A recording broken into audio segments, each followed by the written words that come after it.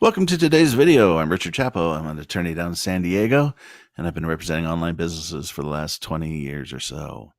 Today, we're taking a look at the topic of how to start an online business legally, step by step.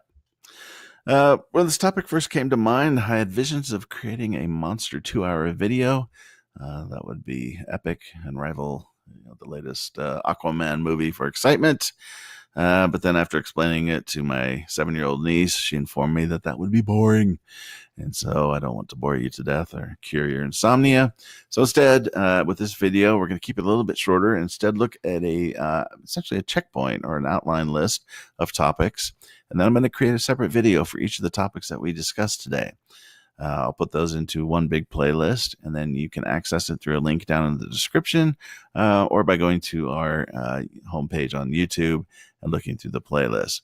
The advantage of that is that you'll be able to scroll through the list and watch videos that interest you and skip the ones that don't or the ones that you already know about. So you cut down on your time usage, and hopefully we can get to the point. If all of that still bores you to death, then allow me to introduce you to Baco and his lover. Those are the characters here on the right-hand side. It's a graphic I found. I have no idea what their backstory is, but based on their poses, I'm picturing some kind of superhero action. So you can dream up whatever the backstory is until we get to a subject that interests you today. So with that in mind, let's get moving along. So our first topic is going to be, it's not going to be business entities. You may be shocked because every lawyer seems to talk about business entities first, but we'll hold off for a bit on that. The first topic is the level playing field that is represented by the internet. This is something that people don't focus on enough, in my opinion, particularly when you're starting out, because it is a critical aspect of doing business online that nobody discusses. So the internet, the nature of it creates a fairly level playing field between large companies and people such as yourself that are considering starting a business. Yes, those large companies have a better brand name, and yes, they have more resources monetarily and perhaps just talent-wise from employees than maybe you have. But you are nimble. You're flexible. You can react quickly to developments. Large companies cannot, and that includes the Amazons and Googles of the world. And it's important to recognize that. And so when you're thinking about the area of business you want to get into, you need to think, well, what's my unique selling position? What makes me different from others? And what am I going to give, my target audience that others aren't? But also, that discussion or that consideration doesn't end then. You have to keep it going. In fact, some clients, that do well, they have an employee that's all they do is look for developments. And then the company reacts to those. So let's say there's a news story that comes out and talks about some issue, that you can address in some way. Well, you need to get that up on your site and social media and everything else that day, and if it's a change, it requires, some type of change to your product or all the products in your particular niche. Say there's a new law or a new regulation. Well, you have an opportunity to move quicker on those. And that's what can separate you from some of these big companies. And so it's always important to think about that. The internet is a now medium. I want it now. Give me convenience or give me death. And so if you can be reactive and you can take advantage, of the nimble nature of your business, you can really make some headway online. So always keep that in mind. We'll have a video discussing that a bit more and looking at some examples. Number 2, is my online business idea legal?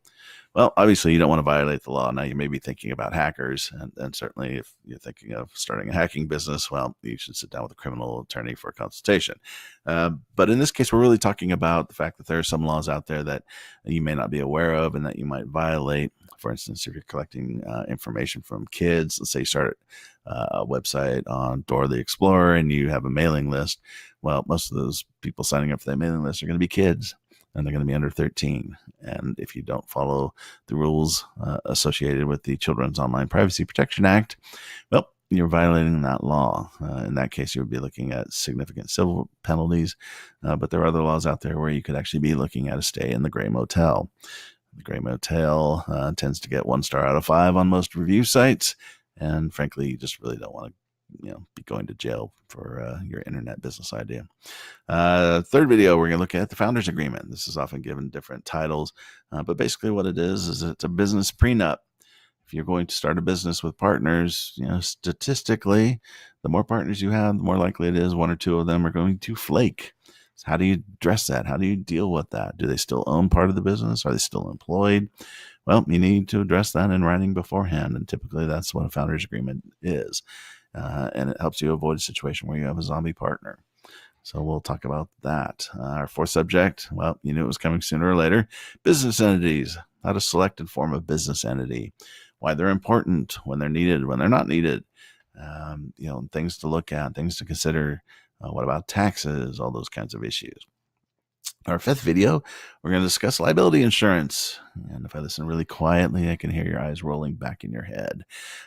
Insurance is not a sexy topic, to say the least, but it's an incredibly important one. And if you get sued and you have insurance in place, you are going to thank your lucky stars, because that's going to be the difference between you getting a pretty good night's sleep and sitting there for 8 hours staring at the roof, wondering what the hell you're going to do.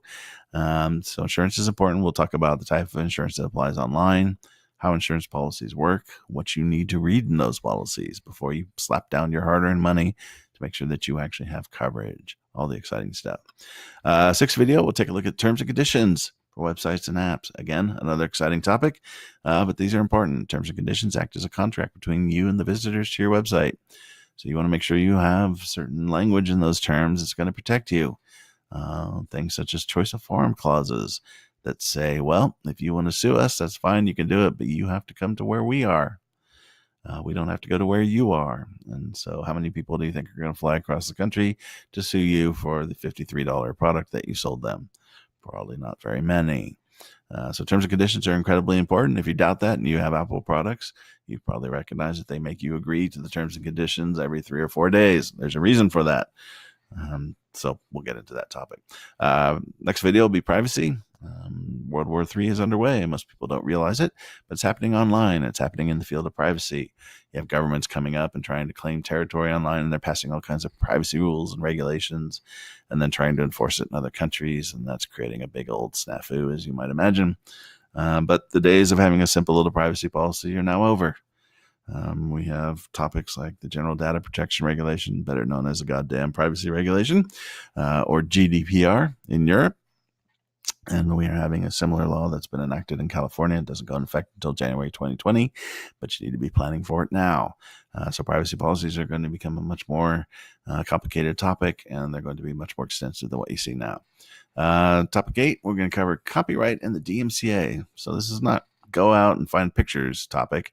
This is if you have a website or an app and you're allowing people to upload to it, even if just comments, you should probably consider complying with the DMCA. And we'll talk about what is the DMCA, why is it important, and how it can save you from copyright infringement lawsuits.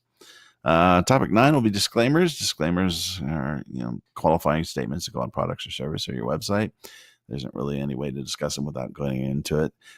So just know that there'll be a video on that. Topic 10, automatic billing laws. So what we're talking about here are recurring billing. I have an account with Netflix with their streaming system, and they automatically charge me each month. Well, there are a variety of state laws that require you to take certain steps and make certain disclosures if you're going to pursue that business model, which is a great business model, by the way. So we'll discuss those. 11th video, we're going to do the annual review. Entrepreneurs who start online businesses are famous for losing the forest for the trees. And particularly if you have partners, you may end up 3 or 4 years down the line and completely unfocused. Each partner has different ideas to what they think should happen with the business, where it's going, and it creates total chaos. So each business should have an annual review where you sit down, you go through the business, things that happened, developments that none were expected, potential opportunities, all these different things. It's basically like a focus meeting. This is not the annual shareholders meeting that you have to have with the corporation. This is something more where it's the founders and the key management employees that are sitting down and really just kind of focusing on the nuts and bolts of what's happened, where you're going. And so you have an agreed upon plan moving forward. It's very important. It's often the difference between a floundering business and one that's dominating.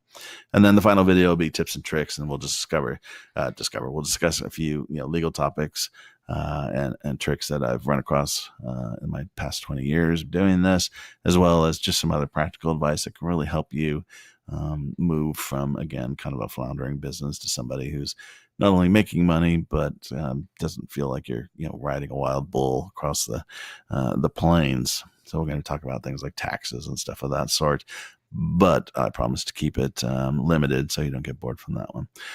So there we go. Those are the topics we're going to look at. If you feel there's another topic you'd like to see addressed, feel free to contact me at socalinternetlawyer.com. Just drop a message through the contact form and I'll get it. But otherwise, keep an eye out for that playlist. Again, we'll link to it down below in the description. Or you can go to our homepage on YouTube and look through the playlist and you'll be able to find it. And hopefully it'll be helpful for you. And that's it for today. Thank you.